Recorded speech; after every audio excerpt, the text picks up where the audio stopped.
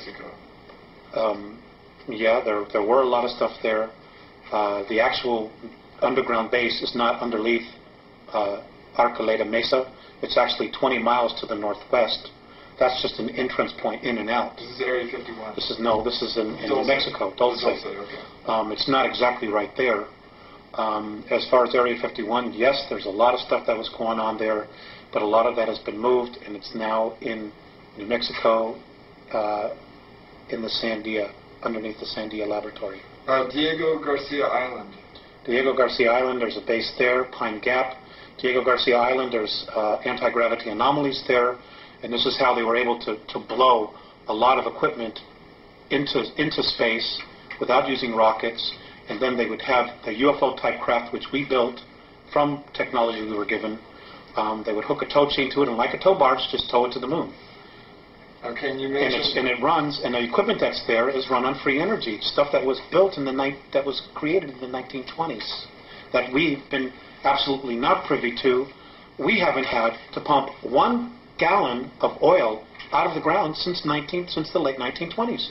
They've had free energy, but because of money, they've been controlled. They've allowed us to pollute the environment, to devastate the oceans because of petroleum products when we don't need it for money. Which brings us briefly to Alternative 4. When the Martian base fell, when the Martian base fell, the world government, those elite, figured out, well, we don't have any place to go now. The moon is not set up for long-term habitation, where Mars is and could be. So what happened was, when it fell and they knew we couldn't get there, they figured, well, we got to do something about here, because we have nowhere else to go. So I was told by the Andromedans that these men who think they're God had to come up with another alternative, which was they thought that they could create a controlled polar shift by detonating nuclear weapons or cobalt weapons underneath the South Polar ice cap, causing it to slip, which would cause the poles to slip. And within a 24-hour period, you would completely drown 83 to 85% of the population. So the Andromedans said that they will not allow this. It isn't going to happen. If the Earth is going to do it, it'll be done by her will, in a natural way. And that is a possibility in our future. What is the primary message of the Andromedans? Grow up now. Open your eyes. Open your ears. Take responsibility for your life. Take responsibility for your planet. And realize this is your home. This is your race. And that if you are sincere in making the effort to evolve, they will meet us halfway. But they're not going to come in here and do all the work for us. Their single most important thing is, and I'll go back to that little saying, the love that you withhold is the pain that you carry. We have got to start coming together as a race. We have got to stop allowing ourselves to be manipulated. What can an average person do? I mean, how can we reach out to the Andromedans? Prayer, meditation. Everybody has their own way of praying or whatever. And again, I want to stress this: the Andromedans can help, but they're not God. They're not our saviors. We need to be our own saviors. We can ask them for guidance and help, but they're not God. Period. Don't worship them. Don't worship anybody. Worship the God inside of you. What will happen to those human beings who do not make the jump?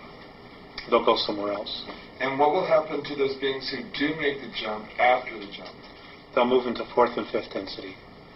And those of us who survive this incredible ordeal that we're about to really experience will become new teachers, and we'll be able to go to different worlds and teach what we know, and be able to teach other evolving civilizations what not to do and how not to get themselves in trouble. And we have an incredible future if we can get through that. If 10% of the population of the planet can really get it together, it'll create what is called the 100th monkey syndrome. And suddenly 11, 12, 13% people will just start getting it. And it's going to take 10%. That's 500, 600 million people right now. And it starts on an individual basis. The government's not going to tell you. You know, I mean, God, we could be in. They're going to play out the second coming. They're going to try to present a savior. We're going to project holographic images in space and say we're here to save you. They're going to do mock battle. I mean, they're going to screw with us big time. Sorry, I slipped out that word. You know, and folks, we just got to start paying attention. Don't take anything at face value. Make them prove it. And, you know, whether you believe a word I'm saying, it doesn't matter. If somebody tells you that this is truth, make them prove it. If it's real, it'll stand up to scrutiny. If it isn't, it won't. Because the truth can always stand on its own. It doesn't need help, and it doesn't need lies to stand up. And let's end it there. Thank you for this time. It's been a real honor for me. Thanks. Thanks.